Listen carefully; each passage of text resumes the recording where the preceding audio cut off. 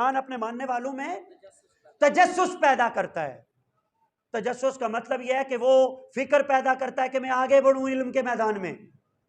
वैसे ये बदकिस्मती है मुसलमानों की, जब से हमने कुरान से मुंह मोड़ा और छोटे छोटे सती निसाबों को लेकर के चले, अब नतीजा ये निकला दुनिया कहां से कहां पहुंच गई। हम लोगों को अंडे छीलने के शरई तरीके बता रहे हैं, केले छीलने के शरई तरीके बता रहे हैं, खीरे काटने के और खरबूजे काटने के हम तरीके लोगों को बता रहे हैं।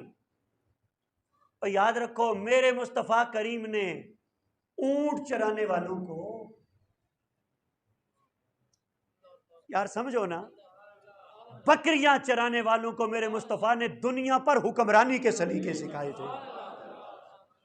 कुरान तो इसलिए आया था, कुरान अंडे छीलने का तरीका बताने नहीं आया था।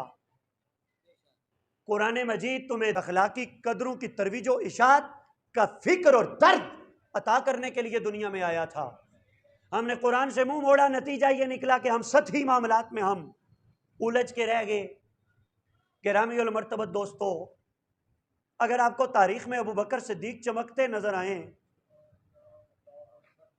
अगर हजरत उमर फारूक दमकते नजर आए, हजरत उस्मान गनी महकते नजर आए, अली आज भी बोलते नजर आए, हसन अल मुज्तबा हुकूमत दे के आज भी दुनिया पर हुक्मरानी करते नजर आए, अबू ज़र गफ्फारी लिबादाए फक्र में अगर आज भी ताज वरों पर गालिब नजर आए, तो समझ लेना ये फैज निगाह मुस्तफा का था, मोहम्मद के कुरान के फैज का था।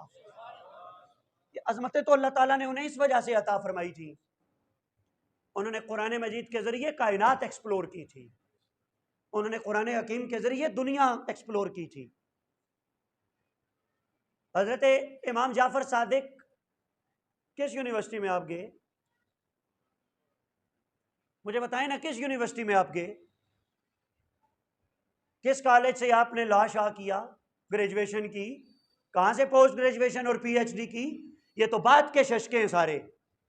लेकिन मैं आपको बताता हूं, वो इमाम जाफर सादिक जो कुरान लेके बैठे थे, क्या ये मुसलमानों की तारीख का एक ग्लोरियस चैप्टर नहीं कि इमाम जाफर सादिक के सामने अपने वक्त के 400 साइंसदान बैठ के इल्म सीखा करते थे? कुरान तो तहकीक के नए से नए उफक तुम्हारे सामने रोशन करता चला जाता है, और हम छोटे छोटे छोटे छोटे मसलों और मसाइल में गिरामी उल मर्तबत दोस्तों हम उलझे हुए हैं। मैंने ये जो कहा था कि उस समोइल ने कहा कि दीन इस्लाम का हुस्न यह है कि यह दीन सोचों पे पैरे नहीं बिठाता। मैं आपको हुजूर की सीरत से इसका एक हवाला पेश करता हूं। क्या आका अलैहिस्सलातु वस्सलाम ने हजरत मुआज इब्न जबल को जब यमन का गवर्नर लगाया, तो हजरत मुआज से नहीं पूछा था ए मुआज फैसले कैसे करोगे? हजरत मुआज ने कहा था या रसूल अल्लाह किताबुल्लाह की रोशनी में फैसले करूंगा।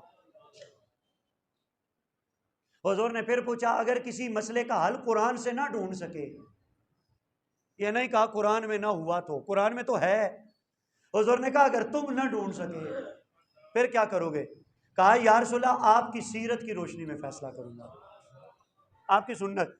कहा अगर मेरी सीरत में भी ना ढूंढ सके तो फिर हजरत मुआज इब्न जबल ने कहा या रसूल अल्लाह फिर कुरान और सुन्नत को बुनियाद बना के मैं खुद से इज्तिहाद करूंगा। इज्तिहाद का मतलब है रब ने जो शऊर अता किया है, बल्कि मैं कहूंगा कुरान की बरकत से या रसूल अल्लाह आपकी निस्बत की बरकत से जो शऊर की पुख्तगी मिली है, उसकी बरकत से मैं इज्तिहाद करके खुद नतीजा अखज करूंगा। हुजूर सल्लल्लाहु अलैहि वसल्लम ने यह तो नहीं फरमाया कि ए मुआज तू इस किस रास्ते पे चल पड़ा, नहीं।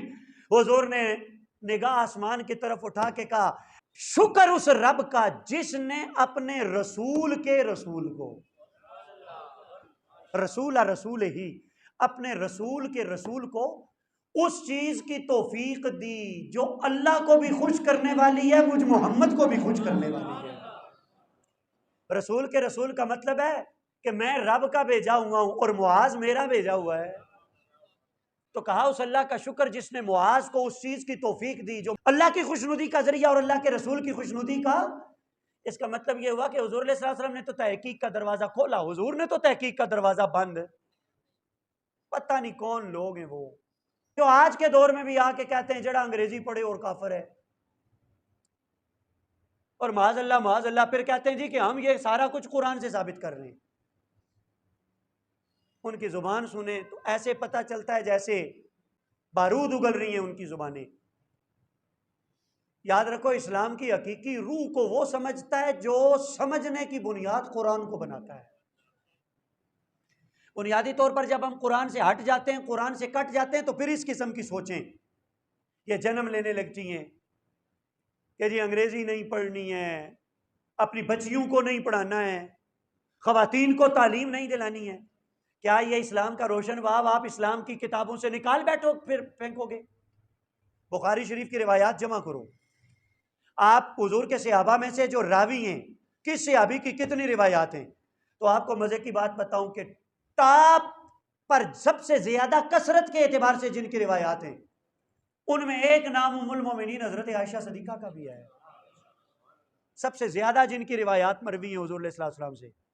हाँ, इनको कहा जाता है हुजूर की उम्मत की फकीहा, मुहद्दिसा।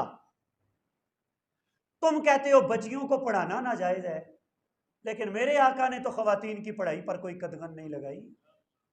क्या उस दौर के सहाबा हजरत आयशा सदीका से पढ़ने के लिए नहीं आया करते थे? पढ़ते इस्लामी हुदूद के दायरे के अंदर थे, शरी हुदूद क़यूद के दायरे के अंदर थे। उम्मुल मोमिनीन अंदर होती थी, वो लोग बाहर होते थे, लेकिन उम्मुल मोमिनीन पढ़ाया करती थी। इसका मतलब है इस्लाम ने ना खवातीन के पढ़ने पर कदगन लगाई है, ना खवातीन के पढ़ाने पर कदगन लगाई है। खवातीन पढ़ती भी थी, खवातीन पढ़ाती भी। तमाम जंगों के अंदर जख्मियों की मरहम पट्टी कौन किया करती थी? हुजूर का चेहरा अनवर जब जख्मी हुआ तो मेरे आका के जख्म पर कपड़ा जला के किसने डाला था? वो कोई और नहीं था, मेरे मुस्तफ़ा की शहजादी सैयदा ज़हरा बतूल ने डाला था।